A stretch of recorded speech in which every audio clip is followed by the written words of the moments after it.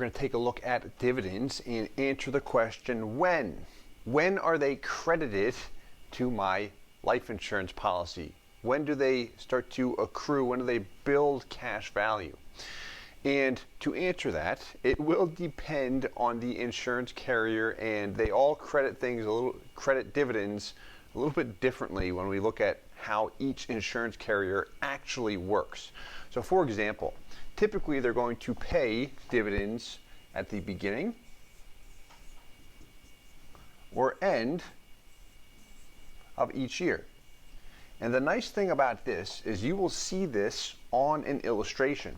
For example, when I'm looking at all the columns, I've got my age, how much I'm paying in, cash value, death benefit, you'll see a dividend column. In most cases, that dividend column reads end of year dividend or beginning of year dividend, which means the company is going to credit that in the beginning of the year or the end of the year. Here's the thing to be aware of. What we have seen is with most companies that credit it at the end of the year, it is typically in a lump sum. So for example, if I make a deposit into my policy, I have cash value of $50,000 and my dividend reads $2,000. When I hit the end of that policy year, I can run an in-force illustration to see this as well. In this example, it would be 52K. So at the end of the year, the company is going to pay a lump sum. That dividend is applied to my policy cash value. End of the year is very simple. Beginning of the year should be simple, but often it's not. And here's why. On the illustration, the dividend may be the same. Say it's a $2,000 annual dividend payout. That's what I am supposed to receive. However, when I look at my cash value, when the policy actually starts, it's not the case. I'm looking at it and saying, okay, it doesn't match up. Where are my actual dividends? Well, when we have engaged and spoken with insurance carriers, when you really dig deeper into it, one will state, many companies have stated this, hey, we will pay dividends at the beginning of the year. For example, if $2,000 is our dividend, we're going to credit that. However, you want to let your policyholder or client know that that is actually going to be credited over 12 months. So if we track the account each month, we're going to gradually see it increase, and at the end of the 12 months, it'll total $2,000. So why they call it beginning of year, not really sure, because technically it doesn't all accrue to the end of the year, but hey, that's how insurance companies put things together.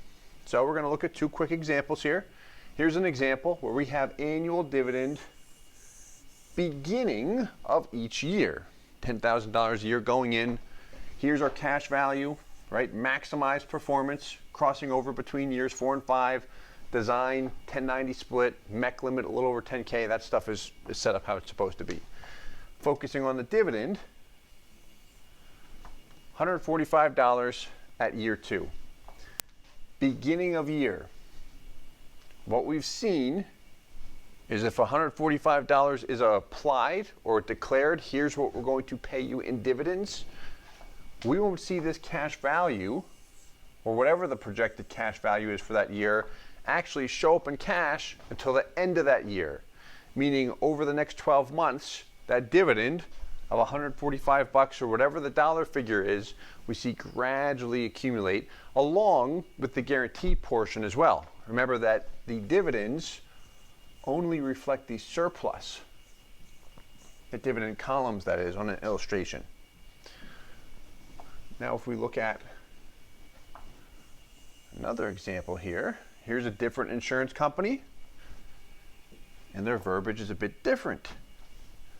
End of year dividend. End of year 2, 1929. Cash value, $95,077 at the end of year 2.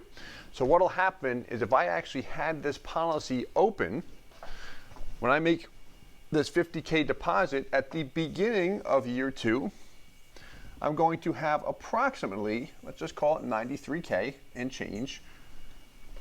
This dividend will be paid in a lump sum at the end of the policy year, and that'll bring my net cash value balance up to the 95,077. And again, I do want to track the policy year over year, enforce illustrations, see what changes there are and such, because these values are always going to adjust.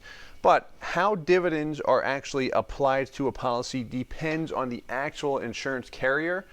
We always will recommend look at the net cash value, because that's my money column. That reflects the dividend accrual and the guaranteed cash value interest rate accrual. That's the actual money column I want to look at.